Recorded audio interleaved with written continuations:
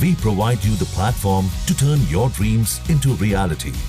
Give wings to your aspirations with KR Mangalam University.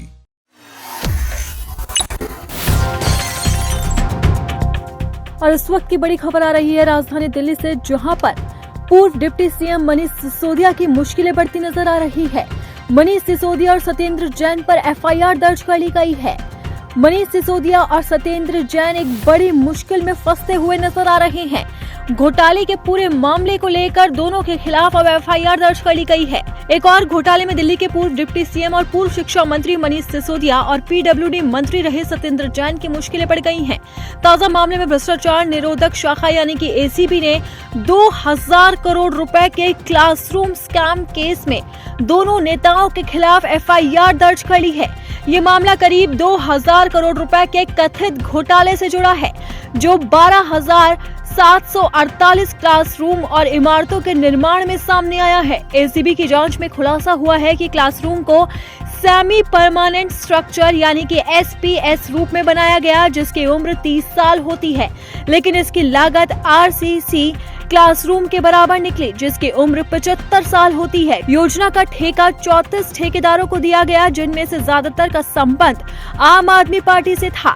और अब इस घोटाले को लेकर मनीष सिसोदिया और सत्येंद्र जैन घिरते हुए नजर आ रहे हैं। दोनों के खिलाफ दिल्ली के अंदर एफआईआर दर्ज कर ली गई है। अब आपको बताते हैं कि किसकी शिकायत पर उन दोनों के खिलाफ केस हुआ है।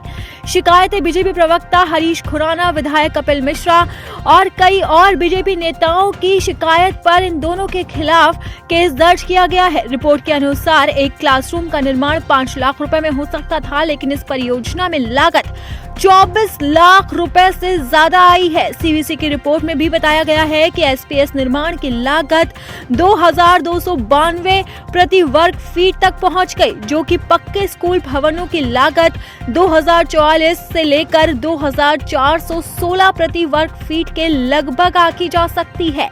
और अभी से 2000 करोड़ रुपए के कथित घोटाले को लेकर दिल्ली के पूर्व शिक्षा मंत्री मनीष सिसोदिया और पीडब्ल्यूडी मंत्री रहे सत्येंद्र जैन की मुश्किलें बढ़ती जा रही है। बीजेपी की शिकायत पर अब एसीबी एक्शन मोड में आ गई है और अब इस घोटाले को लेकर बड़ा खुलासा हुआ है, जिसमें ये बात सामने आई है कि जो क्लासरूम कम लागत में बन सकता था, उसके लिए दोगुने चौगुने पैसे दिए गए और सरकार की तरफ से ये घोटाला किया गया था।